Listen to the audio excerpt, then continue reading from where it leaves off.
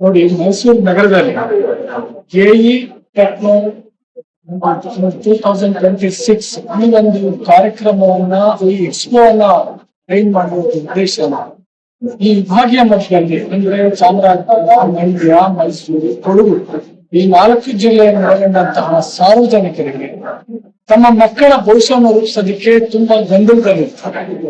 ಯಾಕಂದ್ರೆ SSLC ಆದ್ಮೇಲೆ ಏನ್ ಮಾಡಿಸ್ಬೇಕು ಮಕ್ಕಳಿಗೆ, ಅಥವಾ PUC ಆದ್ಮೇಲೆ ಏನಕ್ಕೆ ಕಳಿಸ್ಬೇಕು ಅನ್ನೋ ಗೊಂದಲ ನಿವಾರಣೆ ಆಗ್ಬೇಕು.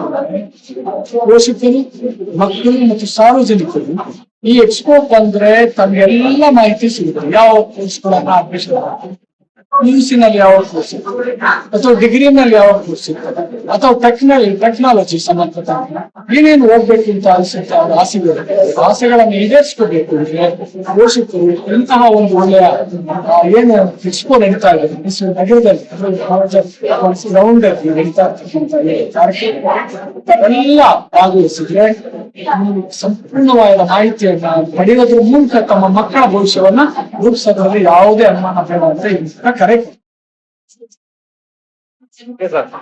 ಸರ್, ಉತ್ಸಾಹ ಕರ್ನಾಟಕ ಮೈಸೂರು ಬಾಗಿದೆ, ಮೈಸೂರು ಮಂಡ್ಯ ಮಾಡಿದ್ವಿ.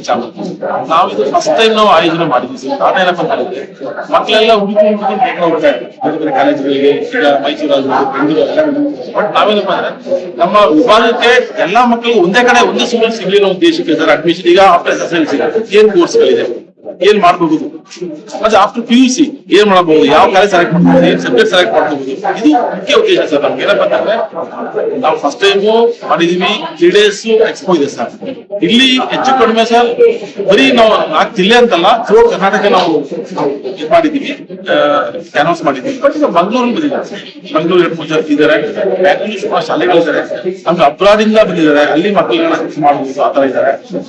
ಮೇಜರ್ ಆಗಿ ಒಂದು ಮದ್ದೂರು ಆಗ್ಬೋದು, ಅಮ್ಮ ಎಲ್ಲ ಕಡೆ ಬಂದಿದ್ದಾರೆ. ನಮ್ಮ ಎಕ್ಸ್ಪೆಕ್ಟೇಷನ್ 170 ಕಂಪ್ನೀಸ್ ಬಂದು ಭಾಗವಹಿಸಿದ್ದಾರೆ. ಅಂದ್ರೆ ಟೆಕ್ನಾಲಜಿ ಇವತ್ತು ಟೆಕ್ನಾಲಜಿ ಮೋಸ್ಟ್ ಇಂಪಾರ್ಟೆಂಟ್ ಅಲ್ವಾ.